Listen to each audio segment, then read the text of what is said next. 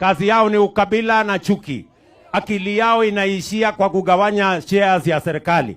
Ati mnasikia ati wanaume 5 wanaenda kuketi chini, ati wanagawa serikali ya Kenya, ati wewe chukua 50%, wewe chukua 10%, wewe chukua 20%. Mimi nataka niwaambie wale, serikali si yenu bwana. Serikali ni hawa wananchi wote, hawa ndio wenye serikali. Wacheni akili ndogo. Ama namna gani? Kwani serikali si ni yetu sisi zote? Ati wanaume 3 wameenda kuketi chini sijui kwa kona, ati wanagawana.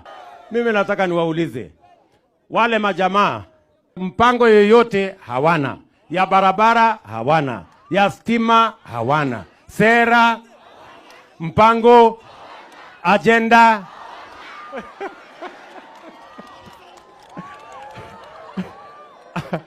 Ama mnasema ni watu wakisema, kwani mnawajua?